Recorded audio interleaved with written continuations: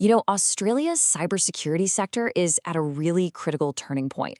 On one side, you see this absolutely explosive economic growth. But on the other hand, we're facing an unprecedented wave of digital threats. So let's break down what this all means for the country's future.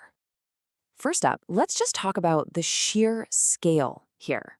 To give you a sense of just how big this industry has become, look at this number. Australia's cyber sector now pumps a massive $6.9 billion into the nation's GDP. Yeah, this is no longer some niche market. It's a core economic engine for the country. But here's the other side of that coin. For all that amazing economic growth, there's a threat that's growing right alongside it. The Australian Signals Directorate got nearly 94,000 cybercrime reports just last year. And get this, that breaks down to a new report every 6 minutes. Just think about that. It's a relentless, nonstop barrage. So with that kind of context, you can see why we have to stop thinking about Australia's cyber sector as just emerging. As the data clearly shows, it's really a maturing economic powerhouse, and its growth is, well, it's pretty staggering. And this digital backbone, it isn't just growing, it's becoming fundamentally more valuable to the entire economy.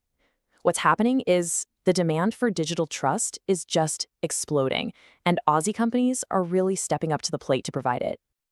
But what's really wild is just how fast this is all happening.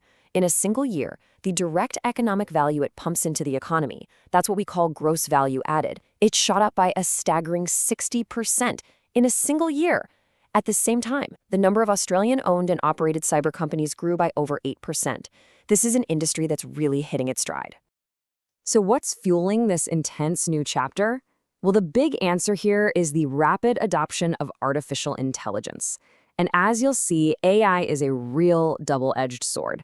It's an amazing tool for defense, but it's also a powerful new weapon for attackers. And that really is the key question, isn't it? The thing that's changing everything, that force multiplier, it's AI. No question about it. It's fundamentally rewriting the rules of the game for both attack and defense. Yeah, this really gets to the heart of the problem. You see, AI on its own isn't good or bad. It's just an incredibly powerful tool. In the hands of defenders, it can automate threat detection like never before. But give that same tool to attackers, and suddenly they have a whole new playbook for causing harm. I mean, just think about a tool like ChatGPT. On one hand, you can use it to automatically spot phishing emails, or even generate security training for your staff, which is fantastic, right? And this is the scary part, that exact same technology can be flipped on its head by bad guys to create way more convincing phishing scams or automate attacks at a scale we've just never seen before. It really is a classic double-edged sword. Okay, so this brings us right down to the ground level, to the problem that every business leader is grappling with right now. It's not a question of if you should invest in cyber anymore, but how to invest smartly, and crucially, how you can even tell if it's working. And this quote right here from the Sector Competitiveness Plan, it just hits the nail on the head. The pressure is absolutely on.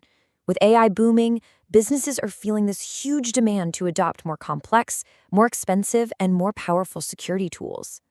Which of course leads to the big multi-billion-dollar question for every single boardroom. How do you justify that massive expense?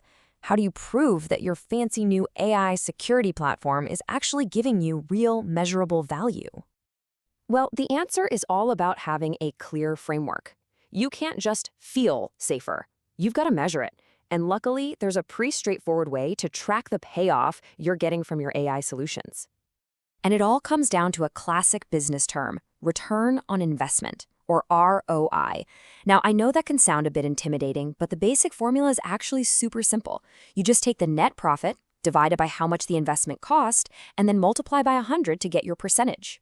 So to figure out that net profit part of the equation when we're talking about an AI security tool, you need to track some specific things. And there are 6 key areas where AI can really deliver tangible value. We're talking cost savings, revenue growth, productivity gains, customer satisfaction, time to market, and of course, error reduction. And look, these aren't just vague ideas. We're talking about real, tangible benefits you can actually put a number on. Fewer people spending hours on manual stuff, that's a direct cost saving. A more secure platform that customers trust, that can lead directly to revenue growth. Your team getting more done because AI is helping out, that's a clear productivity gain. And it all builds into higher customer satisfaction scores, getting products to market faster, and a measurable drop in costly errors. Okay, so here's where we zoom back out and connect all the dots. This isn't just about one company's bottom line. When businesses all across Australia start making smarter, data-driven decisions about their cybersecurity, it creates this huge ripple effect that actually boosts our national security. I mean, think about it. A company that's carefully measuring its ROI is going to make smarter investments, right? They're more likely to pick effective Aussie-owned tech. They aren't just buying security products anymore. They're building real, actual resilience. And when hundreds or thousands of businesses start doing this, the whole national ecosystem gets tougher and more resilient. What this does is it creates this amazing virtuous cycle. Measuring ROI leads to better decisions. Those better decisions build stronger, more resilient companies.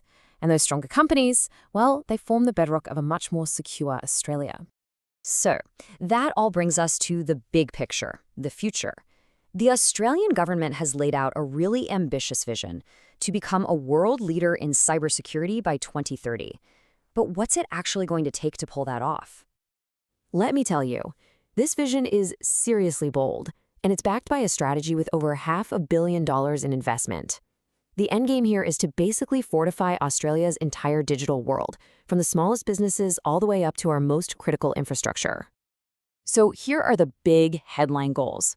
By 2030, the aim is to have 500 homegrown sovereign cyber companies contributing over $5.2 billion in economic value, and all of it powered by a workforce of 85,000 skilled professionals in dedicated cyber roles. But, and this is a big but, this chart really shines a spotlight on the single biggest hurdle we're facing.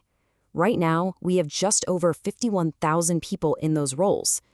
To hit that 2030 target, we need to find and train almost 34,000 more.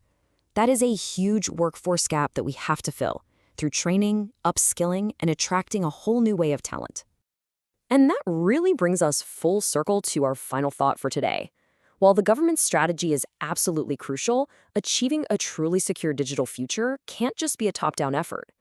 So it really makes you wonder, doesn't it? Maybe the real foundation of Australia's cyber resilience isn't being built in Canberra.